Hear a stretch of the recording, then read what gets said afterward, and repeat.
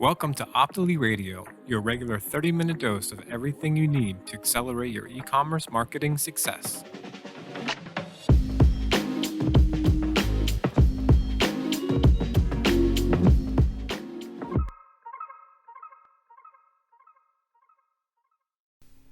Hi, I'm Nina White, your host for Optily Radio, the podcast that we've created in order to help you accelerate your e-commerce marketing. For anyone with an online store, you probably already know how hard it is to get around using Google Shopping to showcase your products. And as with all things PPC and Google, it's always changing. A few years back, Google introduced its automated ads for Google Shopping called Google Smart Shopping. While these are great in terms of ease of setup and quick deployment, some users aren't too happy with the lack of control and more so the lack of data about how and where the ads were successful that they can get from their analytics.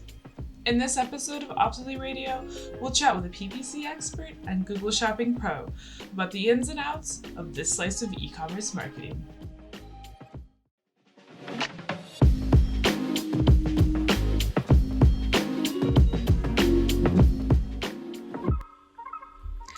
So today we have Kirk Williams in the virtual studio with us. Kirk is the owner of Zato Marketing, a small agency that specializes in paid search on Google and Microsoft, especially for e-commerce businesses. He's been named among the top 25 most influential PPCers in the world by PPC Hero for the past 5 years.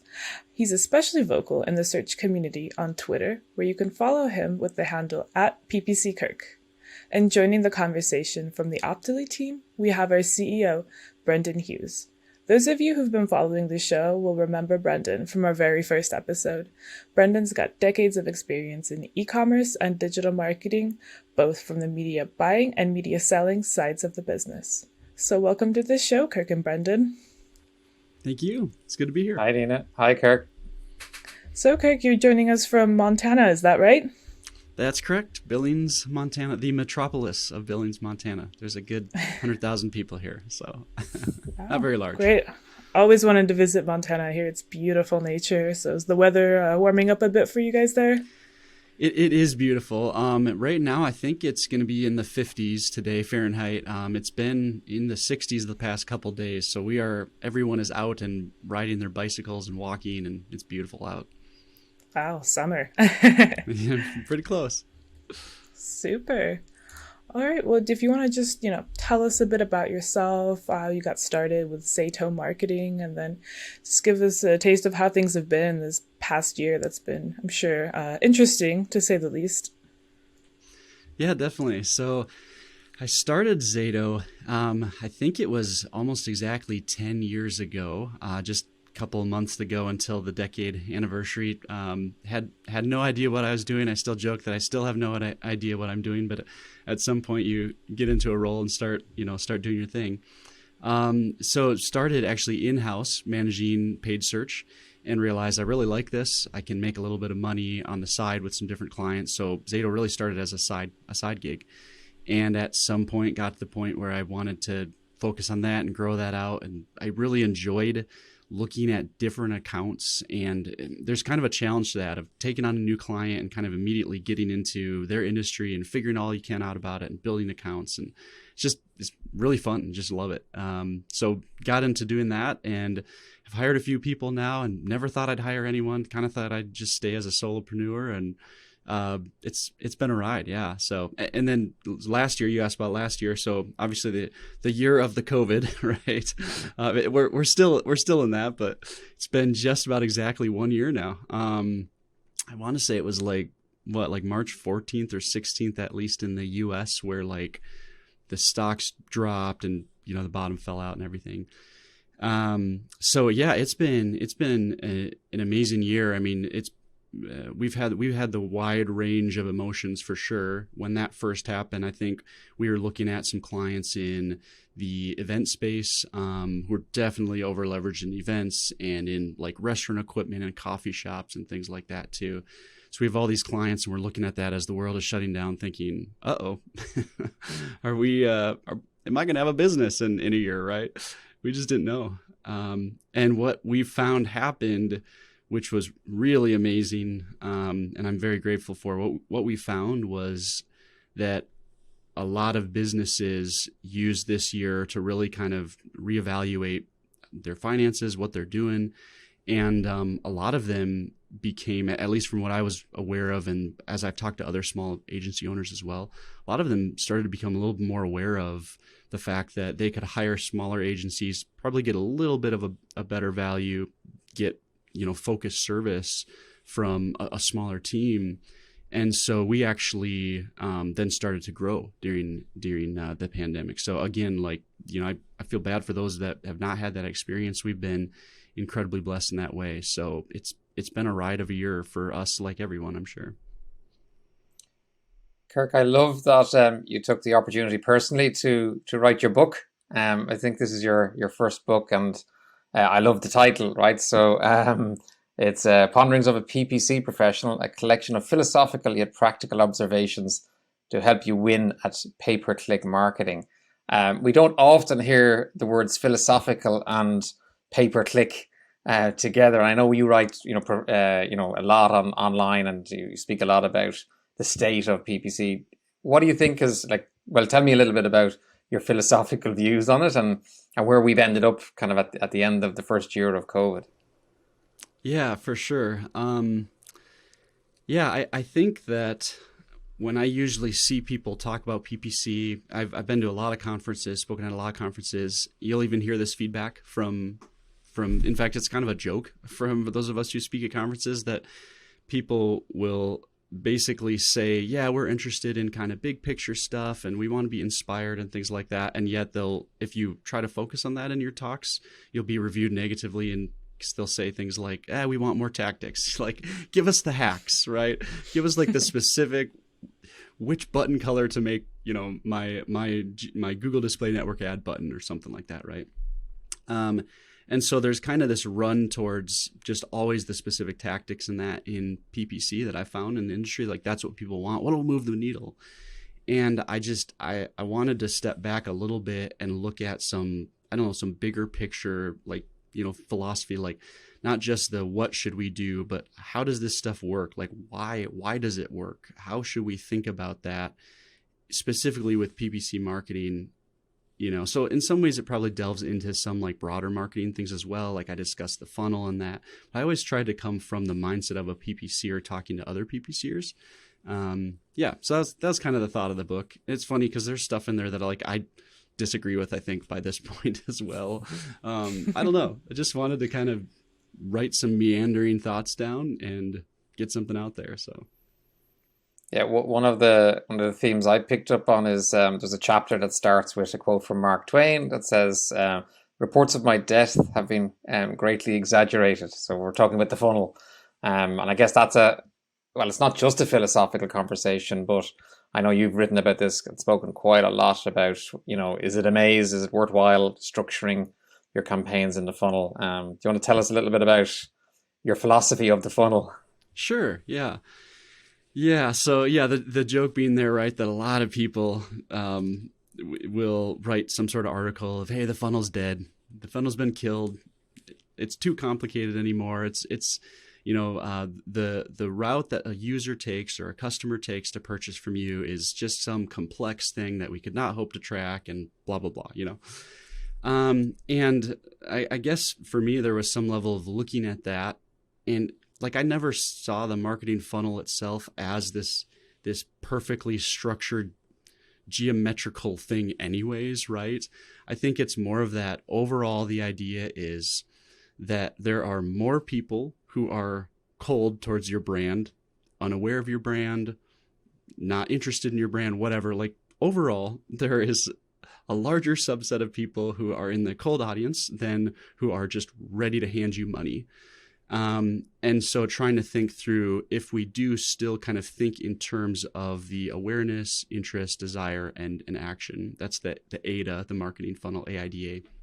If we kind of do still think through that, and if we think through it specifically in terms of PPC, even if things are more complex, even if people do hop around in between or within the funnels more, those different parts, if we still think generally in terms of hey, we're a little bit more in mid-funnel, so that probably means we're in the interest or desire phase. And so how should I think about writing my ads in a way that will elicit desire? Because I'm not just trying to make them aware of me, because they're aware at this point. And I'm not just, and in PPC, that's basically, one of the ways you see that is from the terms they're writing. They're typing into Google, so they're search terms. And so that's where even trying to think through more and more like search terms as much as you can. It does get complex with user intent, but as much as you can, hey, if we can try to determine different ways that users are searching and where that falls into the funnel, and then, put ads that kind of meet them in that place in the funnel, landing pages that connect with that as well. That's a core part.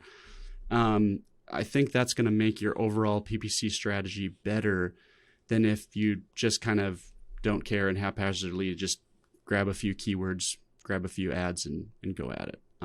So that was kind of the quick look of it. A friend, Aaron Levy is his name. He's with Tenuity. I think he was the one who specifically coined the term like top of maze, bottom of maze, that sort of thing. And I really like that. Some of us had been kind of thinking through that maze type structure as it is, but that's the idea, is like, yeah, it is complex. There's a lot of stuff going on there. There's dark social stuff that you can't track. Sure. It's complex now in digital marketing, but overall people still mentally, how they're oriented toward your product or service. I would argue that there still is some level of, are they aware of your product? Are they interested in your product? Do they desire it? And are they ready to buy? So that was my defense of the marketing funnel. Super. Really interesting. So a lot of what you talk about is Google Shopping in terms of e-commerce stuff. So just wanted to, maybe some of our users, our listeners are new to using Google Shopping. So maybe if you could just explain what Google Shopping is, how it's different from Smart Shopping, and is it, best practice to use both, or is one better than the other? Sure. Yeah, definitely. So probably most people are at least somewhat familiar with Google Shopping, but the shopping ads it started as a comparison shopping engine. It probably is still that. It's a CSE, it's called.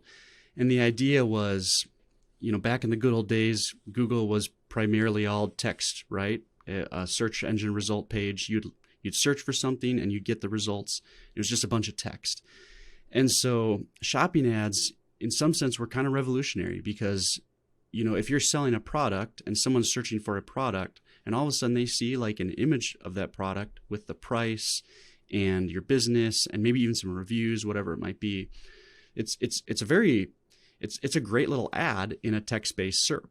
And so shopping ads, especially originally, they've become a lot more complex, but really the core of shopping has been those like image-based ads on the search result pages. And so I really like them because of that aspect. There is somewhat of that attractional thing because of the image, and that you're getting the information that they most want to see. They most want to compare. That's why it's called a comparison shopping engine. They most want to compare prices, or is this the color dress that I wanted, or is that the color dress, or whatever it might be. And so that was kind of shopping ads and how it's all started. And that's kind of like standard shopping ads. So shopping ads is feed based and not keyword based. So someone who's familiar with pay-per-click marketing, especially paid search like Google Ads, you bid on keywords in order to, have your ad show up. So, maybe it'd be something like, I want yellow Nike trainers. All right. So someone could bid on yellow Nike trainers, their ad would appear. With Google Shopping, it's feed-based, and so you can't actually go into Google technically. There are some ways that you can hack things around, but you can't actually go into Google Ads and say, I want my shopping ad to just appear for yellow Nike trainers. So what you have to do is in your product feed, where you're uploading like your feed, your product data, what you want to do is try to get information like that in. So making sure I have my color of yellow in there, and making sure in the title it's like yellow Nike trainers, things like that. Because then you're telling Google, these are the type of searches and people that I want to appear for. So that's all the kind of the standard shopping ecosystem. Smart Shopping now started like 2018, I think, mid 2018. And it kind of has turned a lot of that on its head with automation. And so smart shopping now basically is you creating a campaign, a smart shopping campaign, where you do connect your product feed. So the product feed is really important. And actually, it's probably even more important because that's one of the core things that you can do to give Google the right signals of like, these are the people and the terms that I want to bid on. But they're also bringing in all of their Google properties. I think discovery ads are the only ones where I believe smart shopping is still not in discovery. But otherwise, I mean, that would be coming. Otherwise, it's all the Google properties. So if you advertise with your smart shopping campaign, your product now, you're giving Google permission basically to find the users that they think are going to convert for you on YouTube, on the display network, on Gmail, or in traditional Google search, whereas standard shopping is only in traditional Google search, and you have quite a bit more control over those campaigns and what you can do. So that's probably the overly complex way, but that's probably the biggest differences between them. Mm-hmm. You've mentioned before that the smart shopping is a bit of a black hole in terms of what goes on, what kind of data is available.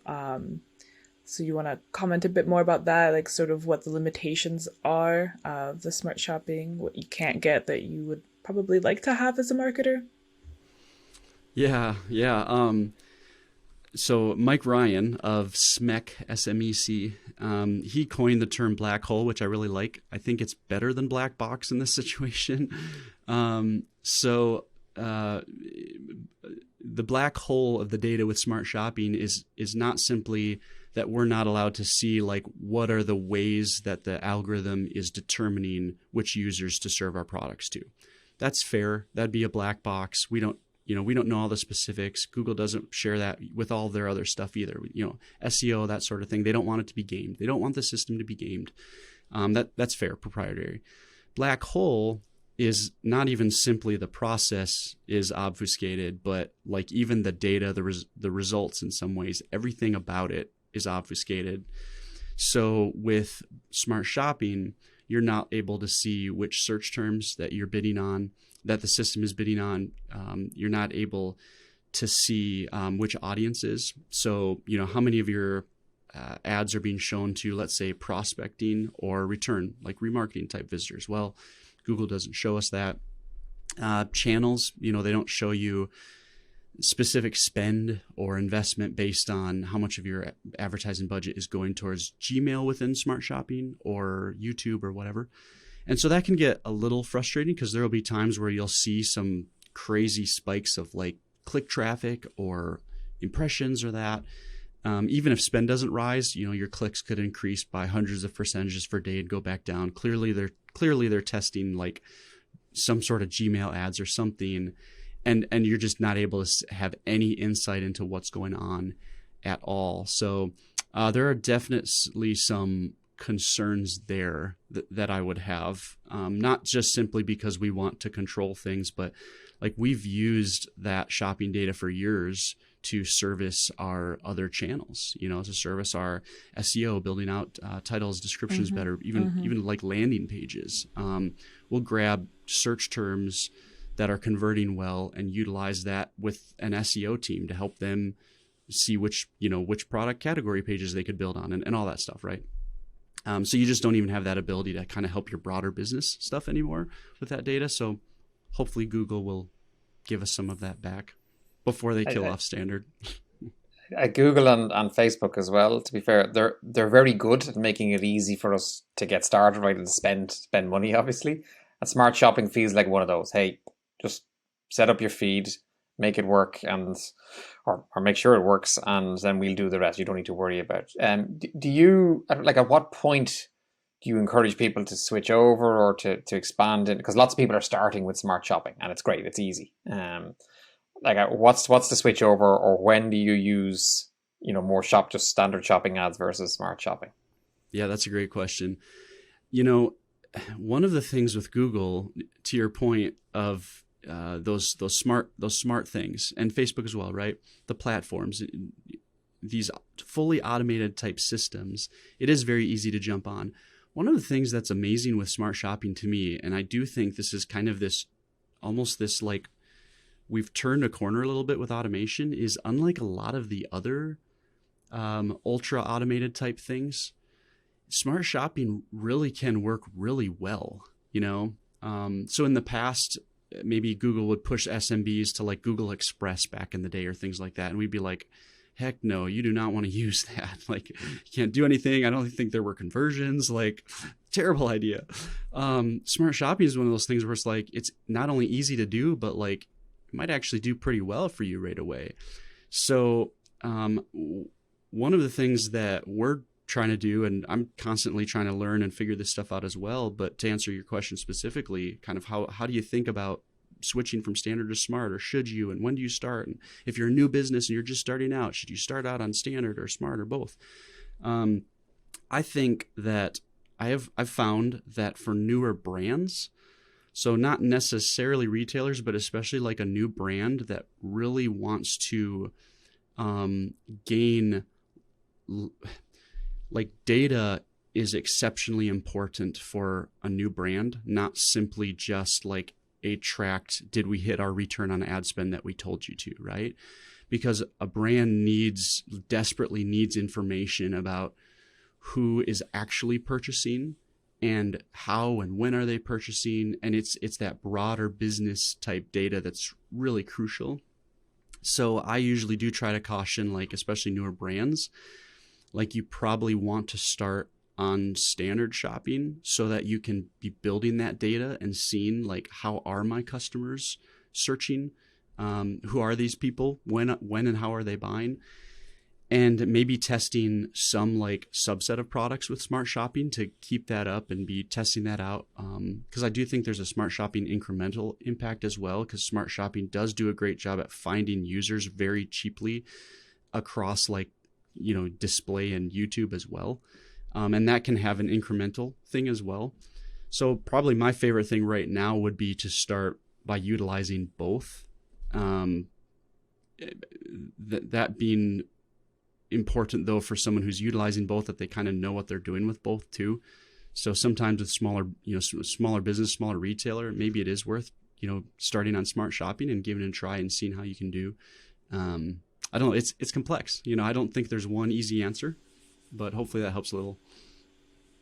Super. I was just going to comment on the Udemy course that you've recently put out on smart shopping. So that's probably a good place where people can learn sort of the tips and tricks, the ins and outs, the specifics that we definitely won't get into here. And also enjoy all of your wonderful Star Wars Legos in the background. I definitely loved seeing those, especially in your slides with the close-ups. So yeah, if you just want to, you know, give some of the highlights of what people could expect to learn in the Udemy course. Yeah, thanks. So I try to hit a little bit of what we've talked about, but in a lot more detail.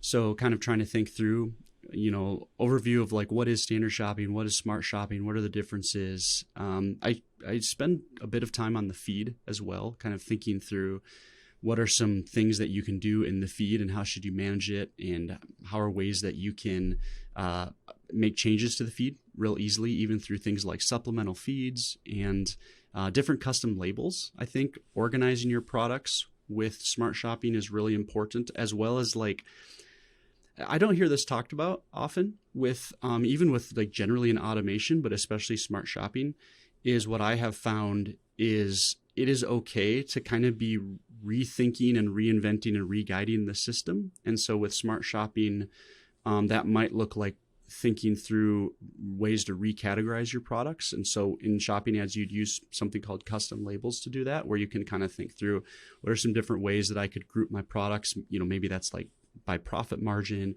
or which products have not had clicks in the last 30 days, or there's just a lot of different ways that you can kind of be thinking about that in order to best position and give Google the best products and the best shot at tying in their users, your potential users, into those. And so, yeah, so those are just some of the different things that I cover in the course. There's 5 hours of me talking, so hopefully it's beneficial at some point.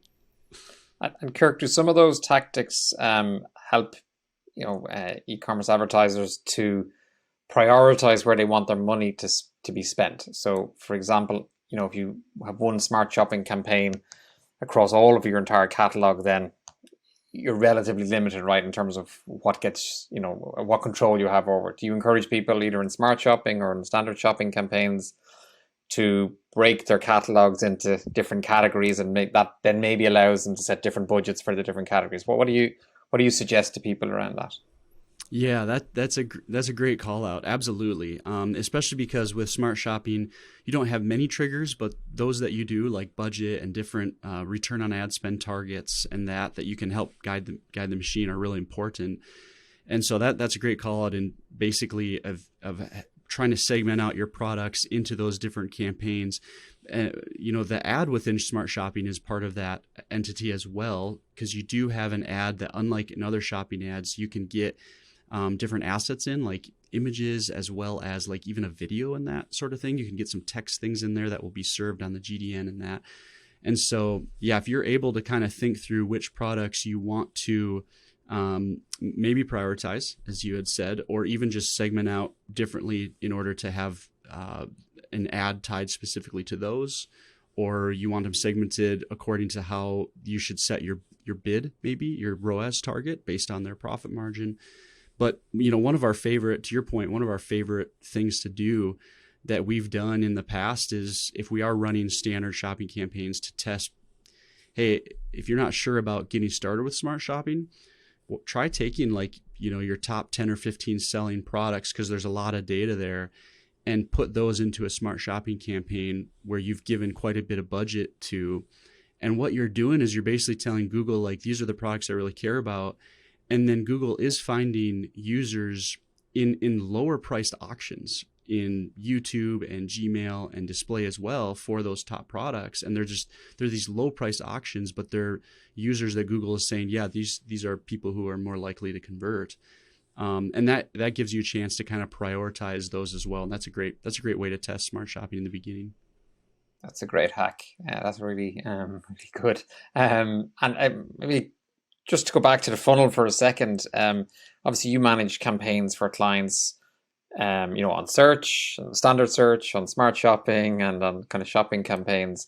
How do you work with clients and advise them, or think about yourself, allocating budget across the funnel, like how much to spend, upper funnel, upper or mid funnel, and then lower funnel? How does that work in your mind? Yeah, in my mind, and practically maybe are two different things. Sometimes I think working with clients with that sort of thing is knowing there's an ideal, and over time helping them transition to the ideal. And so what I find is, for most clients, most accounts, other than certain accounts that either have a ton of VC backing, maybe they just got hit with some new cash infusion and they're just spend all the things, or maybe some bigger brands who basically really do already kind of are there and understand the value of branding and that sort of thing. Most of the time your clients are going to have some level of cash restrictions, and oftentimes, not always, but oftentimes I find that there's plenty of opportunity towards the middle or lower funnels.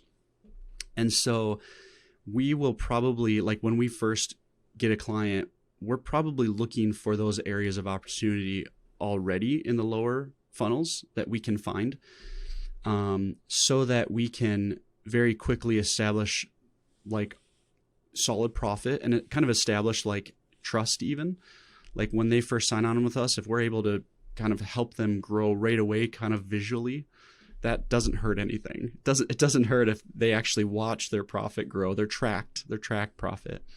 And then during that, we're also trying to have those conversations and working into them the bigger marketing objectives of also growing that brand and thinking about the top of funnel, and how should we be thinking about eventually expanding into display with additional, with various audiences and things that, how should we be thinking about expanding into YouTube?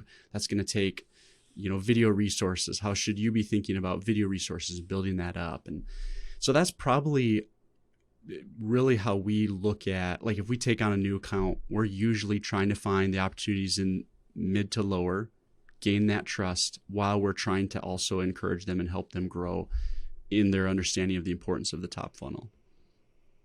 Yeah, makes sense. Convince them where it matters in their pocket straight away or as quickly as possible, and then move up the funnel because we need to fill the funnel at the top. Yeah. Great.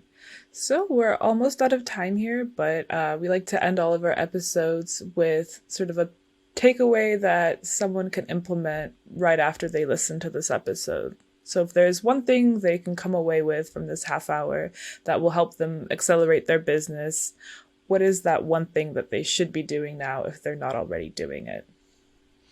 Sure. So I'll say this to people who are currently running shopping ads. So if you are currently running shopping ads, I would recommend going into your Google Merchant Center and finding all the products that have not even sent clicks in the past 30 days, but are active. So they're active products, but Google is not serving them. And I would recommend pulling those down, downloading those, setting them up with a custom label. And I do walk through how to do this specifically in my course, but setting a custom label onto those products and then starting a smart shopping campaign for those 0-click products. Because what we have found is that, again, you have things like limited budget and that. So Google basically does the best they can with the budget that they have and the products to find like what their algorithm says should convert. That doesn't mean those products that kind of never see the light of day, it doesn't mean they don't have opportunity. It just means that they aren't like strong enough in the algorithm to be worth it yet for Google. Sure, if you had unlimited budget, maybe eventually they'd get the light of day.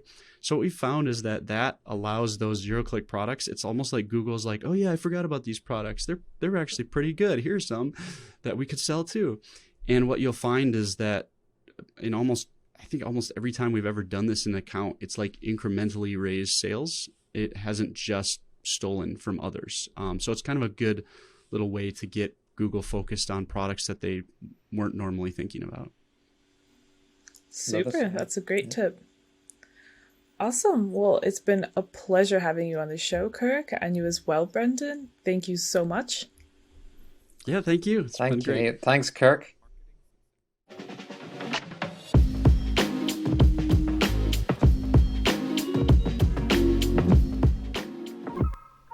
Some great info there from PPC Kirk on the best practices for your Google shopping ads, the mysterious black hole of smart shopping, and why the sales funnel isn't as dead as some people may think.